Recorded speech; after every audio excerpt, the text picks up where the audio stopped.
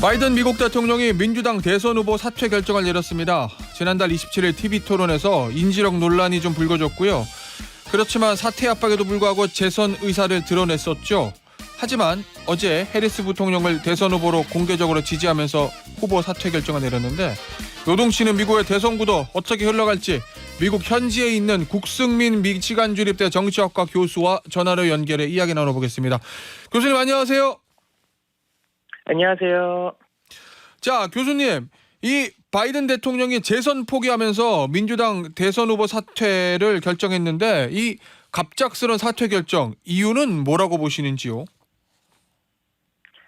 결국에는 그러니까 지난달에 있었던 토론이 결국엔 제안과 같은 결과를 나오면서 그만두게 됐다고 할 수 있고요. 예. 원래 토론 이전에 민주당 지지자들은 이미 이런 고령 리스크를 인지했었는데 반해서 민주당 내 엘리트층인 언론인이나 의원들, 기부자들, 활동가들이 이제 토론 이후에 흔들리기 시작하면서 이제 이 포기를 할 수밖에 없게 된 상황인 것 같고요. 예. 결국에 이제 가장 큰 일은 지난주 목요일에 예. 척 슈머 하원 원내대표 그리고 상원 원내대표 그리고 하원 원내대표 하킨 제프리스 전 하원 의장 낸시 펠로시 그다음에 이제 오바마 전 대통령까지 전방위로 압력을 가하면서 이런 당내 지도부의 압박이 결국에는 그만둘 수밖에 없게 된 것 같습니다. 알겠습니다. 결국 이제 민주당 지도층의 압박이 있어서 버틸 수가 없었다, 이런 것 같은데,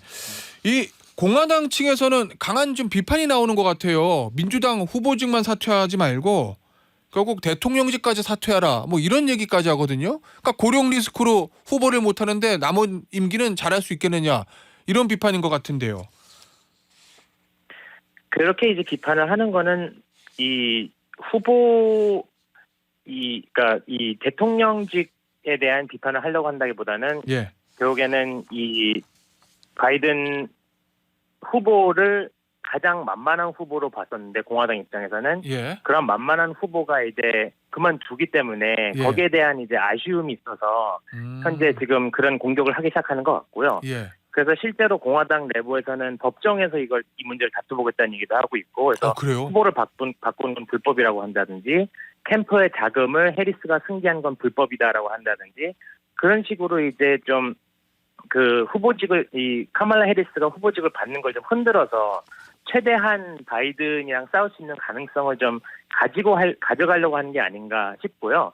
오히려 또 하나의 문제점은 원래 바이든의 사람들이 비판을 했을 때 이런 선거에서 훌륭한 후보가 될 수 있느냐가 주로 이제 민주당 내부에서 사람들이 비판한 점이었지, 바이든의 국정 자체를 비판한 건 아니었거든요. 네. 그렇기 때문에 공화당의 이러한 공격들은 굉장히 정치적인 목적이 있지, 이런 실제로 국정에 문제가 있다고 비판하는 건 아닌 것 같습니다. 알겠습니다.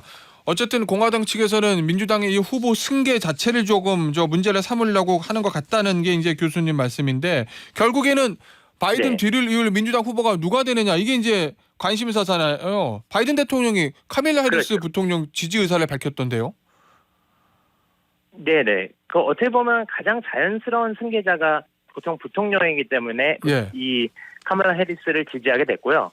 그리고 또 하나 이제 고려해야 될 점은 미국 전당대회가 이제 한 달도 안 남았기 때문에 예. 굉장히 좀 이 짧은 시간이 안 남은 상황에서 카말라 해리스 부통령을 지지하는 건 굉장히 자연스러운 상황인 것 같습니다. 예. 그런데 교수님, 이 바이든 네. 대통령, 그러니까 바이든 후보가 카밀라 해리스 부통령을 자신의 뒤를 이루 후보로 지명하면 그게 자연스럽게 민주당 후보로 카밀라 해리스 부통령 되는 겁니까? 이게 어떤 법적 문제나 이런 건 없는 거예요? 아직 공식적으로 미국 민주당 전당대회가 열지 않은 상태였기 때문에 예. 이 법적인 문제가 있다고는 할 수 없고요. 보통은 이제 각 정당에서 전당대회를 하고 후보 지명을 공식으로 하면 그때부터는 이제 좀 복잡한 문제가 생기는데, 예. 아직은 지금 전당대회가 열리지 않은 상태여서 예. 그런 법적 이슈는 거의 없는 것 같고요. 현재 실제로 지금 이제 선거법 전문가들이 얘기를 하고 있는데 예. 법적인 문제는 없다, 이런 얘기를 하는 것 같고, 예. 또 하나는 이제 그러면은 대의원들이 원래 현재 바이든을 뽑기로 예정이 돼 있었는데, 그렇죠. 그 바이든이 후보직을 그만둠으로써 예. 바로 이제 그 바이든이 이제 지지 선언을 했잖아요. 예. 그럼 이제 이 대의원들이 알아서 결정을 해야 되는데 현재 예. 지금 분위기가 바이든뿐만 아니라 수많은 하원 의원들, 그 상원 의원들, 그 심지어 뭐 그 전직 클린턴 대통령이나 뭐 힐러리 클린턴 전 후보 같은 사람들이 지금 계속 지지 선언을 한 최근 한 지금 3-4시간 사이에 계속 쏟아져 나온 중이거든요. 아, 그래요? 예. 그렇기 때문에 지금 네네네. 그래서 지금 현재 전 민주당이 지금 그 카말라 해리스 이 뒤에 모두 결집하는 그런 모양새를 굉장히 빨리 보여주고 있습니다. 그러면은 뭐 별다른 미니 경선 이런 거 없이 그날 전당대회에서 대의원들이 그냥 카멜라 해리스 부통령을 후보로 찍으면 그러면 이제 후보로 확정이 된다 뭐 이런 취지신 거죠? 네, 그렇기는 한데요. 예. 지금 이제 뭐 그 다른 후보들이 만약에 나도 나가고 싶다 하면은 그걸 막을 수 있는 건 공식적으로는 없어요. 아, 그렇겠죠. 근데 문제는 이제 현재 민주당 지도부나 예. 핵심 엘리트들이 봤을 때 그 당이 현재 지금 결집을 해야 하고 이 통일된 모습을 보여줘야 되는데 아하. 그런 모습을 보이지 않으면 굉장히 이제 팀 플레이를 하지 않는 예. 모습을 보이기 때문에 그런 팀 플레이 하는 모습을 보고 싶다는 의미에서 봤을 때는 예. 그런 이 유력 차기 주자들은 나오지 않을 것 같고요. 현재 지금 이제 미시간 주지사인 그레첸 위트머라든지 뭐 몇몇 지금 핵심 주자들은 나서지 않겠다라는 얘기를 이미 지금 밝힌 그래요? 상태고요. 예. 그나마 지금 아직 얘기가 없는 거는 게빈 뉴섬 캘리포니아 주지사인데 예. 아마도 그 현재 당 분위기를 봐서는 나서는 게 쉽지 않지 않을까. 현재 분위기는 그렇습니다. 알겠습니다. 자, 교수님, 그러면 이 카멜라 해리스 부통령의 대선 후보로서의 본선 경쟁력은 미국 현지에서는 어떻게 보고 있습니까? 지금 말하기는 굉장히 이르긴 한데요. 예. 이게 이제 6월 말 토론 이전에 카말라 해리스 여론조사 결과들을 보면은 예. 바이든에 비해서는 약간 뒤처지는 걸로 나왔어요. 예. 근데 이제 재밌게도 토론이 끝나자마자 이 카말라 해리스의 이 지지율이 점점 올라가는 모습이 보였고 예. 지금 이제 흥미로운 점은 사람들이 카말라 해리스를 부통령이라고 알고 있고 예. 그리고 이제 바이든이랑 연결시켜서 알고 있지 아직도 대부분의 이 국민들은 잘 모르는 편이거든요. 예. 그렇기 때문에 이제 실제로 앞으로 한 달간 이미지를 어떻게 형성하느냐가 굉장히 중요할 것 같고 예. 그런 거에 따라서 주로 이제 정치 이 평론가들이 하는 말이 카말라 해리스는 굉장히 이 그 지지율 바닥도 낮을 거고 예. 아니면 지지율 천장도 굉장히 높을 거다 이렇게 얘기하는 편이라서 아직은 좀 예측하기가 굉장히 어려운 상황이고 예. 또 하나 흥미로운 점은 트위터에서 그 처음에 이제 그 바이든이 후보직 위기에 올라왔을 때 예. 트위터에 이 굉장히 많은 카말라 해리스에 대한 밈들이라고 해야 될까? 그런 지지 영상들이 많이 올라오기 시작했거든요. 그래요. 예. 그리고 사람들이 이미지를 벌써 만들려고 하는 모습들을 보여줬는데 예. 그러한 움직임들 하나하나가 벌써 지금 이제 그 카말라 해리스 이미지를 만드는 하나의 어떤 그런 작업이 들어간 거고 또한 이제 공화당에서도 거기에 대한 역작업이 동시에 들어가는 지금 상황인 것 같습니다. 알겠습니다. 결국 이제 후보로 확정되고 나서 초기 어느 정도 컨벤션 효과를 누릴 수 있을 것인가 뭐 이런 게 관건인 것 같은데 교수님 이게 왜 카멜라 해리스 부통령이 미국 민주당의 대선 후보가 되면 백인 네. 남성 대 흑인 여성의 매치업인 거잖아요. 미국에서 여성 네네. 대통령이 없었거든요. 흑인 대통령은 있었지만 그렇죠. 이 구도 네네. 이거 어떻게 보고 계십니까? 가능할까요? 미국에서 첫 번째 흑인 여성 대통령 탄생하는 거? 그렇게 쉽지는 않은데요. 그렇기 때문에 이제 현재 그 카말라 해리스 그 후보 측에서는 예. 아직 뭐 공식 후보는 아니지만 어떤 경선이라고 했을 때 경선 후보 측에서는 그 백인 주지사들을 지금 이 자기의 부통령 그 런닝메이트로 얘기를 하고 있습니다. 그래서 뭐 백인 남성. 노스캐롤라이나 주지사 그렇죠. 예.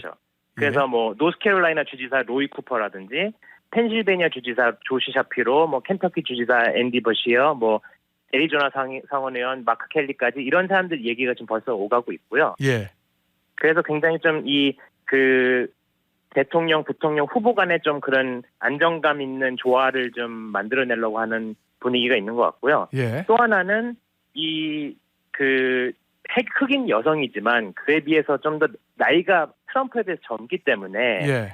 이 현재 지금 젊은 유권자들 그리고 이제 유색인종 유권자들이 바이든에 대한 지지가 굉장히 낮은 상태였거든요. 오.